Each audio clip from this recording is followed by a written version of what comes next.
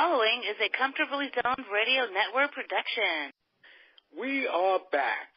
Bock score from the Old Garden. Nedick's at the Old Garden on 49th Street.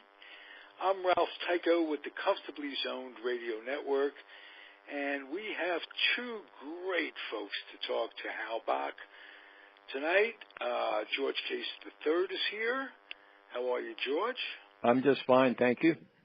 Good, and David Hubler is here. David. Hi. Nice to have you both. And I am going to, this is one of my pleasures, my weekly pleasure. I like to use my New York accent by asking Hal, what's the score, Hal?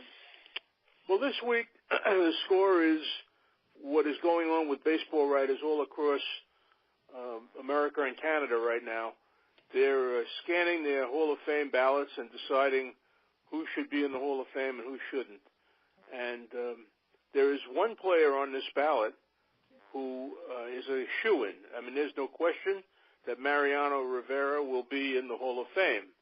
The question is, and there are some people who are speculating, that he will be a unanimous choice. I don't think so, because there's always some wise guy who leaves an automatic player who should be in the Hall of Fame automatically, leaves him off the ballot. And the evidence for that, Joe DiMaggio had to wait 2 years to get in the Hall of Fame. Willie Mays alone was unanimous. not in the Hall of Fame. No, nobody. Yeah, let alone unanimous. They didn't right. put him in the first 2 years. How could Willie Mays not be unanimous? How could Ted Williams not be unanimous? He's the last 400 hitter. He wasn't unanimous. DiMaggio had a 56-game hitting streak. He had to wait 2 years to get in the Hall of Fame. The closest, they're getting closer, I'll tell you that. Ken Griffey Jr., who went in a couple of years ago, he missed by 3 votes being unanimous. So there were 3 guys out there, 3 knuckleheads, who decided that Ken Griffey Jr. wasn't worthy. And I guarantee you that there'll be somebody in this voting community of 400-odd writers who will leave Mariano Rivera off the ballot. And that's a tragedy, because he belongs in the Hall of Fame as a unanimous choice. He was the best reliever probably in the history of the game, and he will get in the Hall of Fame because he'll easily surpass the 75% that they need to get in, but he won't get, I don't think he'll get 100%. So I leave that open to you guys for discussion, whether there'll ever be a unanimous Hall of Fame choice. Well, I'm gonna put in my 2 cents here, Hal. First of all, I totally think it's a mystery to me how there's nobody that ever got the the unanimous vote. I mean, to me, DiMaggio, Williams, and now you're talking about Griffey and Mays and all these great players, and now with Rivera, I mean, I'm 100% in your corner there, Hal. He deserves it. He should be. I'm not certain. Maybe I don't even know who these so-called anonymous writers are. I know that you were part of it, and they told you that thanks but no thanks. We're going to make a change, which I don't quite understand, because you were well deserving of it. But who are some of these other guys that leave players off? I mean, do they leave them off intentionally? I know you mentioned in your article, sometimes they, just for the heck of it, they won't put anybody's name in there because they don't want anybody being a unanimous choice. But I'm just curious who some of these writers are. There are writers who think they're protecting the Hall of Fame and the sanctity of the Hall of Fame by ensuring that nobody will be unanimous. So they leave guys off the ballot. That's one way of doing it. Another way of doing it, there are guys who can't be bothered. So as I wrote in the article, they give their ballot to the next door neighbor. They don't care. And that offends me something awful, because as a writer, you earn that ballot by being a baseball writer for 10 years. And you earn that ballot, and you should honor that ballot. But a lot of the writers don't care one way or the other, I guess. I don't know. Well, Hal, let me ask you this. I mean, is there a certain... Let's make what you said straight about Hal's no longer having a ballot. He wasn't relieved of his position per se. It's a rule about guys retired, not, and maybe you can help explain the rule. It wasn't directed at you specifically. No. Not being the board of directors decided a couple of years ago that the electorate should be active writers, and I have not been active. I'm retired for some time now, so that's how I lost my ballot.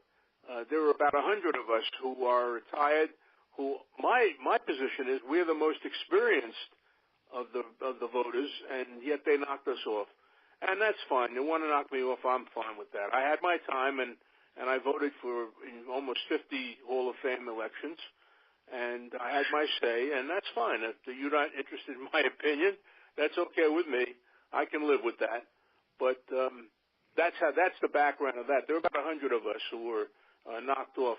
And one of the arguments that I made at the time, and since then I've cooled off, and I was very angry at the time. I said to them that I would bet that I, in retirement, watch more baseball games than the board of directors members who knocked us off, because they're a bunch of stuffed shirts. And I love the game. I am invested in the game, and I will always watch the game. But they just chose to do it that way, and that's fine. That's their choice. It's their Hall of Fame, not mine. So, well, Hal, let me ask you though: are the board of directors? Are they the board of directors of the Hall of Fame? In other words, is there the president of the Hall of Fame, which is Jeff Idelson? Is then the board of directors report to him, or how does that work? There is a board of directors, and they're executives mostly, and they're the ones who call the shots. Jeff is the president of the Hall of Fame. He's a friend of mine, right. But I don't think he has anything to say about that. He carries out the wishes of the board of directors. Okay, I mean, like that's what I wanted to find out. If he's a figurehead for the board of directors, I mean, they go off and do whatever they want, and Jeff's position, he has to do what they want to do. The board of directors decides what goes on with the Hall of Fame. Right. So that's not an issue. I mean, there's no question about that. Right. You guys mentioned the obvious writer that just doesn't care, the writer that doesn't recognize that Willie Mays should be on the ballot. Is there any procedure in place to either sanction those people or take away their privilege? They sanctioned a writer a couple of years ago. Guy in Miami whose name escapes me at the moment, who gave his ballot to, he turned his ballot over to his radio station and said, let the listeners vote. And, just not done. I mean, the ballot you own the ballot. It's your ballot. It doesn't belong to the listeners. It belongs to you. And they sanctioned him. I don't know what the penalty was exactly. I don't know if they took away his vote, or I think they may have taken away his vote. But as I said, I have always viewed the Hall of Fame vote as a special privilege reserved for people who earned that privilege. And to toy with it, to put people on, like I know people who voted in the Hall of Fame who picked a guy on the ballot who had no chance, zero chance of getting into the Hall of Fame, and they would vote for him so that he could say, I got a Hall of Fame vote. Well, that's just stupid, if you want my opinion. Yeah, well, that's ridiculous. Yeah. Yeah, exactly. I mean, like I'm looking at the ballot right now. I'm looking at this year's ballot, and there are certain qualifications that players have to achieve to get on the ballot. So let me look at the bottom of the ballot. Let's say Andrew Jones. Andrew Jones is in his second year on the ballot. He got 7.3% of the vote last year. Now, if you get 5% or less as a player, you're dropped from the ballot. But Andrew Jones is on this year's ballot because he got 7%. Does Andrew Jones belong in the Hall of Fame with Babe Ruth and Tyko? I don't think so.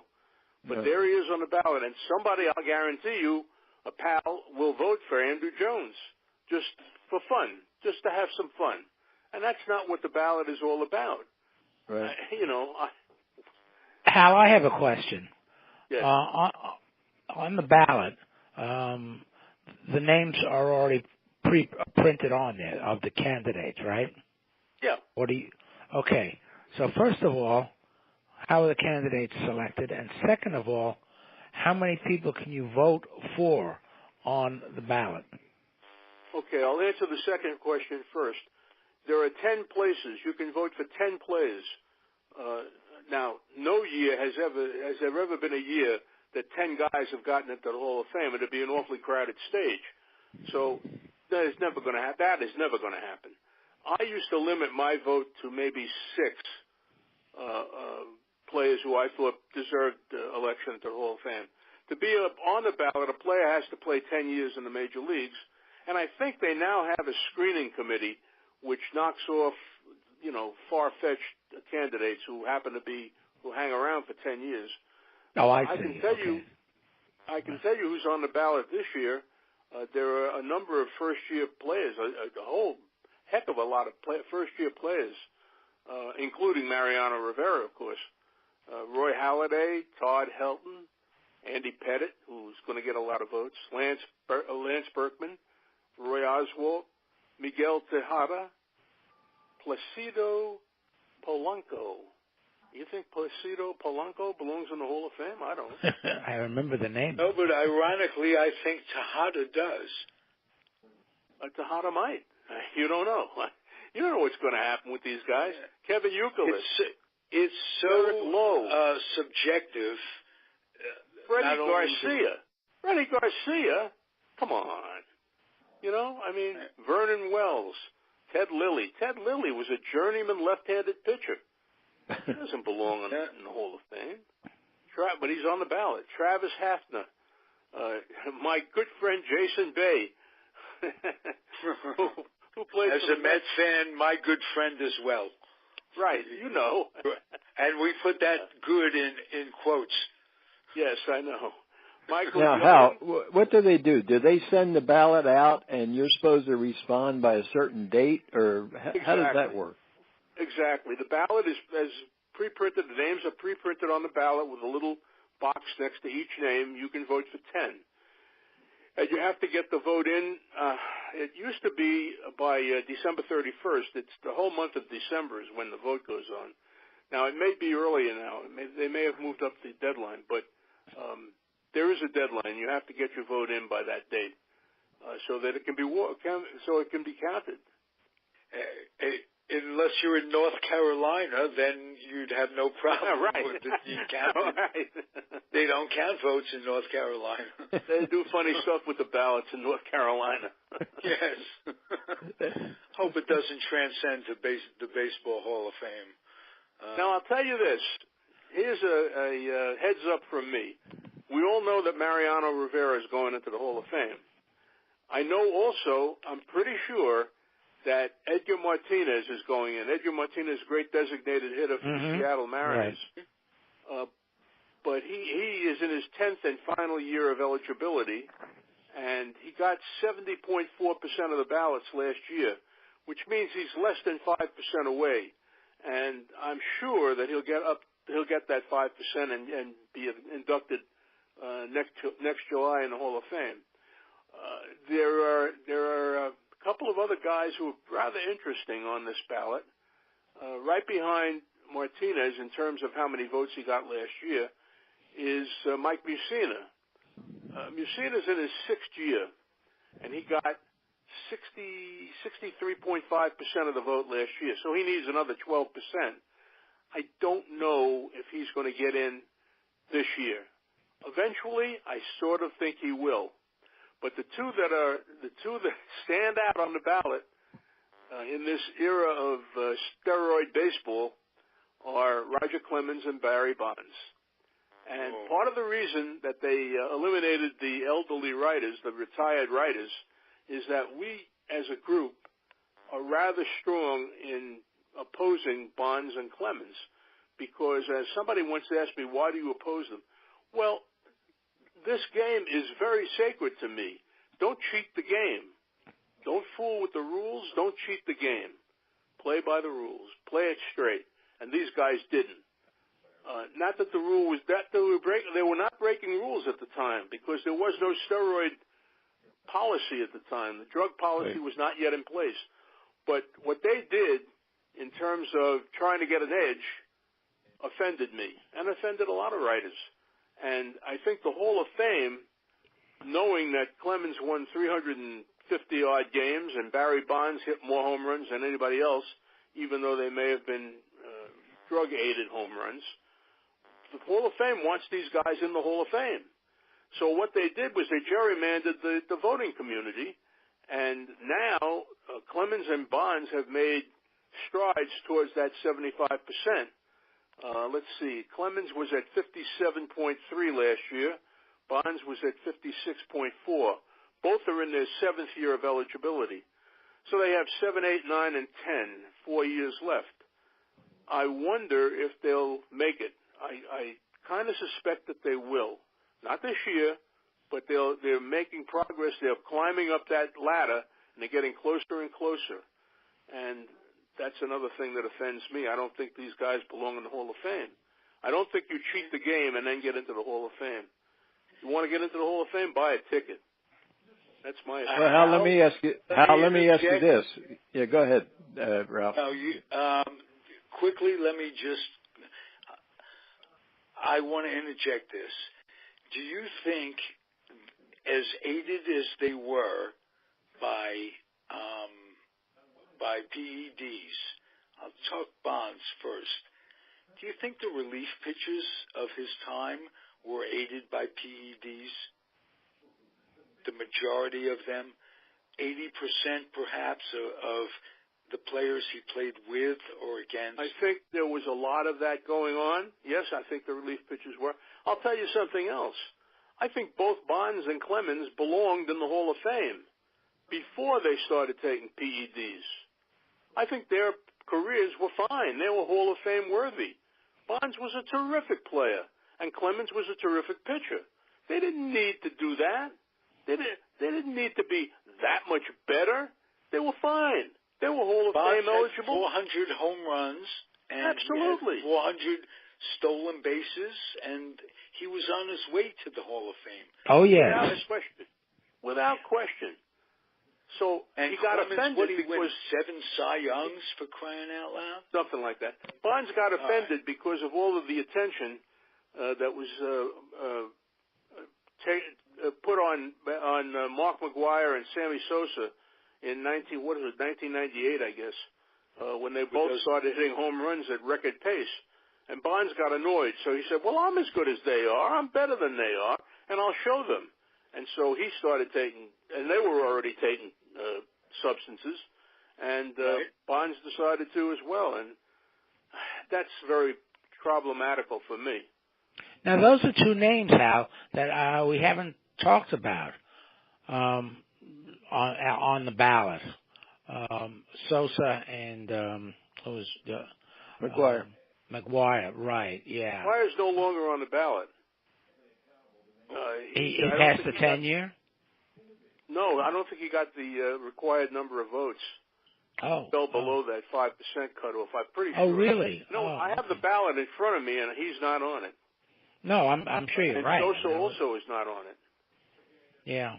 Well, Hal, if they I'm sorry. If they don't make the 75%, does it then revert or go to the so-called one of the committees, Veterans Committee, Golden Age Committee, whatever they call it? They've got 10 different committees now. They keep changing the rules on the committees. Right. They have a Golden Era Committee. They have a Post-Expansion Committee. It's just kind of silly. But I will tell you this. One of the committees that's meeting this year has as a candidate one of my favorites, George Steinbrenner. Now, George Steinbrenner was suspended from baseball not once but twice. Right. He's on the Hall of Fame ballot? How can that be? Well, how about this Yorkie, a racist from way back? Yeah, classic racist. He's already in the Hall of Fame. O'Malley. Bud Selig, who presided over the drug era of baseball and turned the other way, looked the other way, he's in the Hall of Fame. So the Hall of Fame is not as a sanctuary as far as I'm concerned, not as much one that as it was when I voted. It has lowered the standards quite a bit. Well, now, how are the? I mean, I'm asking these questions because I really don't know. But are I'm here for you. the Hall of Fame ballots with the sports writers, vote on, but the committees are made up, aren't they, of ex-ball players or something? I mean, where do those ex-ball players are on the committees? Yes. There are like 12 people on the committee. 4 of them would be an ex-ball player. Okay. 4 of them would be writers. 4 of them would be executives. So it's a mixed bag. But yes, there are ex-ball players on the committees. Yeah. Right. Okay. Because that's where some of the older ball players, the veterans, they would do a lot of that. That buddy of mine, and they would Frankie lobby Frisch, for friends. Late Frank Frisch was famous for that, and right. and he electioneered and drove the rest of the committee crazy and got Long George Kelly into the Hall of Fame. He was the first baseman on Frisch's Giants teams, and Long George Kelly was a nice player, but I don't know that he was a Hall of Famer. Yeah. So there was a lot of that went on in previous years. Okay. Well, this has been very enlightening to me. I certainly hope that Rivera is going to be the guy who's going to be the unanimous, because I think he should be. But I'm with you, Hal. There's probably going to be some crazy guy that just won't vote or do something because he wants to keep the record going that nobody's unanimous. Right, and it's not only just to keep the record going, simply because it's ingrained in the Hall of Fame. That no one, it's sort of like a unique question or a unique situation. Right. But there's also the fact that if someone is elected unanimously, it almost detracts from the other great ball players who were not elected unanimously. I mean, let's take. And I think that's valid. I think the writers look at that. I'll tell you something else. I know another factoid that you should consider. I told you that there were a lot of first-year candidates, including Mariano Rivera. There are a lot of voters who will not vote for a player in his first year of eligibility because they believe that that's a special honor to get in the first year. Now, I'm here to tell you that Mariano Rivera is not going to save any more games. He's done. The home run totals for all of these players and the hits totals, they stay the same every year. They don't change. Right. And yet there are a number of writers, probably a dozen or so, maybe more, who will not vote for first-year candidates simply because they think that that's a special designation and it should be reserved for special players. Kind of crazy, but that's what they do. Well, I would put Mariano Rivera in the special player category. So, well, I agree. I know, but I understand what you're saying, and I'm sure that's the case. Yeah. Mm-hmm. Hey, this is also the issue question I wanted to ask Hal. Sure, go ahead. I read the column earlier in the week. Pete Rose, how do you respond to that? Pete Rose had more hits than anybody in the history of baseball. Okay? Now, that's really an accomplishment. That's a special accomplishment. Pete Rose also gambled. I would refer you guys to my column next week, which deals with baseball embracing gambling but keeping Pete Rose out of the Hall of Fame. Then let's save that till next week because we will. We will. But how I don't talk about Pete in the column, but Pete violated the cardinal rule in baseball, and one of the things that offends me is he lied to me about it for 12 years or 15 years until he finally admitted that he did it. Every time I met him, every interview time I had with him, I would ask him, Pete, did you do it? And he'd say, absolutely not. But he did it. He did do it. Yeah. And finally he admitted it. Pete's a special case. He's a character. He's a special character. But the bottom line is, he really is. That's a very good word. But the bottom line is he had 4,256 hits.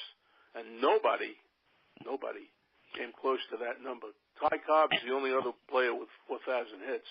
And untainted by any kind of... Absolutely, untainted. So that's the point. What he did between the lines was legitimate. The gambling was a separate issue. 100% right. That's one of my problems. One of my issues with Barry Bonds. Hank Aaron hit 755 home runs, and he did it clean. Barry Bonds' record is what? 762, I think. 762. That's correct. Yeah. 762 home runs. How many of that 762 number were done after he started using right? CDs? We don't know. A bunch. Mm-hmm. So, again, I will counter with that. For me, and for a lot of other people, how many of the pitchers? The home run king remains Henry Aaron. That's my opinion. Okay. Now, as for that's well put. That's an opinion, and that's what makes conversation and a horse race. I disagree with you about Bonds and Clemens. Should they be in? I think at this point they should be in,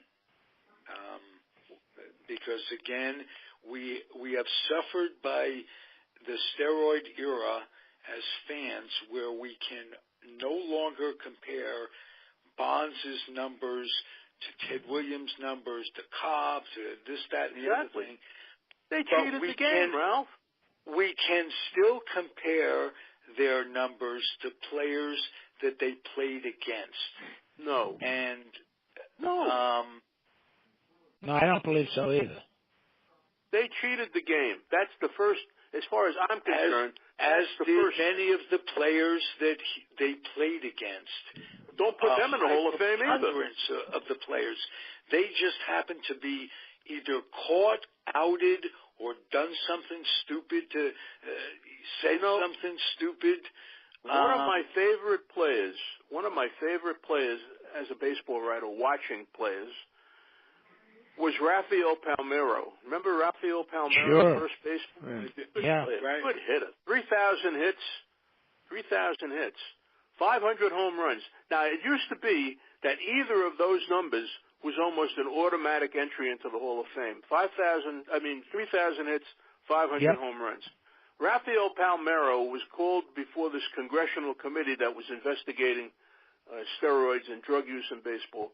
And he pointed his finger at the senators, I guess they were senators, and he said to them, I don't ever think, no, not me, I never use.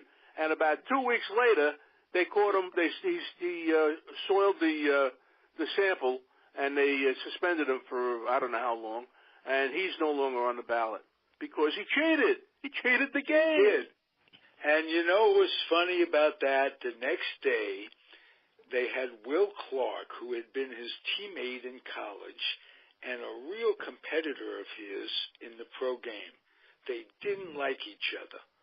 And Will Clark is interviewed on local KNVR in San Francisco, and they said, is there anything you want to say to your old teammate? And Will Clark, in his southern accent, says, you got caught, partner! That's very good. I like that. I love that. I love that interview. I could never get a copy or a tape of that, but it was Will Clark's unbridled enthusiasm, and you know how he was to begin with. But that was his happiest moment in baseball. You got caught, partner. I like that one. So, yeah. You know how we mentioned Pete Rose. I know you're going to talk about it next week, but if a player is banned from baseball like Rose and Shoeless Joe, and then they are reinstated somehow, do they then, because they've been out of the game so long, do they then have a chance to be on one of these ballots, or does that have to go to the Veterans Committee? I mean, how does that work? I really don't have any idea. The Hall of Fame ballot that's on the table right now are current players, not current players, but players of this generation. Right. Those players who have been banned, like, for example, suppose one day Palmera. Well, no, Palmera is a bad example. Shoeless Joe. Poor Right. Shoeless Joe. I mean, he was illiterate, and he had no idea what he was getting himself into with the Black Sox. Right. Yeah. But he's one of the 8 men out, one of the Black Sox who was suspended for life by Kennesaw Mountain Landis. Right. Now, there have occasionally over the years been movements to reinstate him, and they've gone nowhere, kind of like the Pete Rose movement. Now, if they ever got reinstated, they would be shuttled off to one of these committees. They would not be on the ballot that the baseball. They would not be on the ballot. Okay, right. No. The biggest And they might get in because don't forget, the baseball writers' ballot goes out to about 450 writers. The committees, those old-timer committees, there are only 12, maybe 16 voters. So it's much easier to get 12 out of 16 than it is to get 75% of 450. That's a lot of votes you got to get. So plus, I think a lot of extenuating I think a couple of years ago, Mickey Vernon, just as an example, I think Mickey Vernon was on the Veterans Hall of Fame committee or whatever they called it, and he came up with like 8 or 9 votes, which was like 1 or 2 shy of what they needed to make. Because like you're saying, Hal, I think the number on the Hall of Fame committee is like 12 or 15 or something like that. So, you know, the number of votes is considerably less. But then when they are inducted, they're still inducted the same same way as the Hall of Fame, right? There's not an asterisk by their name, right? No question. Here's one for you. There's a movement afoot and has been afoot for a long time, 10, maybe 15 years, to get Gil Hodges in the Hall of Fame. Gil Hodges deserves it. He was a heck of a player and a terrific manager. He managed Ralph and I remember the '69 Mets, which was a miracle. Gil Hodges was the manager, and when he played for the Dodgers. He was one of the most feared right-handed hitters in baseball, and he had, I think, 370 home runs and just a terrific player, great first baseman. And there's a movement afoot. Gil Hodges into the Hall of Fame, and it gained some footing. A couple of years ago, he came within 2 votes on one of these old-timer committees of getting into the Hall of Fame. Right. The next year, he got 3 votes from the whole committee. It's a different committee, but, different people on the committee. But go figure that out. Yeah, is he weird. Is he qualified or isn't he? Is he good or not? So it's not objective, it's subjective. It's very subjective. The one name we haven't brought up is A-Rod, Alex Rodriguez. What do we do with him? Keep putting him in the Barry Bonds? Same thing I do with Clemens and Bonds. Okay, all right. I've just... He lied about taking steroids. Yeah. Oh, yeah. And then he admitted taking them. He was suspended for a year. Mm-hmm. He has great numbers, but I don't know how legitimate those numbers are. Right. And how long he's been doing it, either. Yeah. Yeah, exactly. I know. Okay. So, I have one other question for you tonight, Hal. Players such as Schilling, who are so antisocial and so absolutely want to turn you off as a human, how do you handle those guys when it comes to voting? When I voted, if you're objective, but is it possible sometimes to be objective? Well, we're all human. We're all human. That's what I mean. But when I voted strictly on what I saw of the player on the field, what his numbers were, and what I thought of him. And there's one of the things that voters consider is, was he the best at his position when he played? That's a Hall of Famer in my mind. Now, was Schilling the best at his position? No. But he was a heck of a pitcher. I mean, he was a terrific postseason pitcher. You can't argue with that. No. Did you like him? Maybe not. Did he say some things that offended you? Probably did. But I tried to put that aside. I'll give you an example. I had toward the end of my active writing career, I wanted to do a story on Pudge Rodriguez, the catcher, right? So I went up to him in the clubhouse, and I said, Pudge, have you got a minute? Okay, goodbye. A year later, it was his final year, I went up to him again, and he couldn't have been nicer to me. You know why? Because he knew I was a Hall of Fame voter, and he didn't want to offend me. So there's that, you know. But my attitude about that, as far as that goes, I tried to put aside any bad feelings that I had for a guy. And, you know, they're human beings, and so am I. And they have bad days, and so do I. So I just tried to make it very objective and look at the numbers that this guy produced. There's a guy on this ballot. He's on the ballot for the last year, and he's not going to make it. And I thought he was one of the best players at his position, and that's Fred McGriff, the old first baseman. He had 493 home runs, and he was a terrific clutch hitter. Scared the daylights out of me when he came to the plate against my team. And yet he's never gotten much footing in the Hall of Fame ballot. Last year got 23%, so he's not going to get 75% this year. No. He'll be off the ballot. Because this is Jeff Kent still on the ballot? Jeff Kent is on the ballot. I voted for Jeff back in the day. But again, he's another one. He's in only his sixth year on the ballot, but he only got 14.5% last year. Now he's not going to make it to 75%, and yet he has a terrific record as a second baseman, a power hitting second baseman. The Mets brought in this 36-year-old Robinson Cano today, and Cano said, "I want to be the home run leader among second basemen." Well, you know who they got to catch? He's got to catch Jeff Kent. He's about 35, 40 home runs short of Jeff Kent's total. And he's making $20 million a year. Jeff Kent, I don't think, ever made $20 million a year. So, yeah, Jeff is still on the ballot. And he'll be there. You know, he'll get more than 5%, but less than 75%. So he'll still be on the ballot. Now, one thing about Kent, he gets a bad rep because of his early defensive weaknesses. He made a lot of enemies among the writers.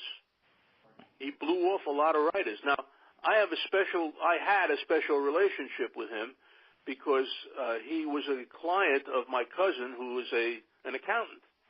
So I went up to him in the clubhouse and I said, "Do you know so-and-so? You remember so-and-so?" He said, "Yes," and I introduced myself. I said, "He's my cousin." "Oh, that's great." And then we talked. He was very nice to me, probably because I mentioned that. I don't know. But other writers, he blew off, and he made a lot of enemies among the writing fraternity. Yeah, you were a relative of the man holding his money. Yeah, that's right. That's right. But I didn't get any of it. That man. That's what he was thinking. Yeah, you might have been looking over the books. You never know. Investigative reporter that I am. Yes, right. Inquiring minds want to know. That's right. That's right. He was very nice to me. Well, that's interesting because just to wrap up what you say about guys who you like or you don't like, if you only have 10 votes, it may come down to a subconscious leaving one guy on and putting another guy on because we're all human beings. You're right, and that's what makes this whole process interesting to me. What a great show tonight, guys. Thank you. Well, I've enjoyed it. I've learned a lot, and Hal, keep writing. You hit some good points always. Every week that we read about it, and this has been really an education for me. I really look forward to it and appreciate your writing, Hal, very much. Well, yeah, I try to be relative. I was just thinking one final note. With sabermetrics and all of the launch angles and things going on, the day may come when all of the voting is turned over to a machine that just crunches the numbers. You're tearing off the scab, David. I know. I don't know. Maybe it will. Who knows? Well, you really opened up a can of worms now, David. Yeah. I mean, then you wouldn't be able to argue with, somebody's favorite and this sort of. That's right. Say take it up with the machine. Yeah, right. Exactly. Won't the future be fun? Yes. Well, I won't be around, so it's okay. They can do whatever they want then. Right. Well, you never know. They have ways now of keeping people alive. All of us are in our 70s, and we've got our seichel, and computers do one thing. They accumulate knowledge that knowledge can be built upon in a short period of time. So I have faith that we may have more time on this earth than we bargained for. Now, that may be a threat. That's true. I want to spend it with you guys. Me too. That was a nice thing to say, Hal. Very much appreciated. I got to cheer up once a day, so it might as well be now. That's the way life goes. Tears of joy are nice. Thank you, gentlemen. We'll be back next week. Thank you all for listening. If you enjoy it out there half as much as any of us enjoy doing these shows, then we feel doubly better. Adios. Bye-bye, everybody. Thank you. The proceeding was a Comfortably Zoned Radio Network production. Thank you for listening.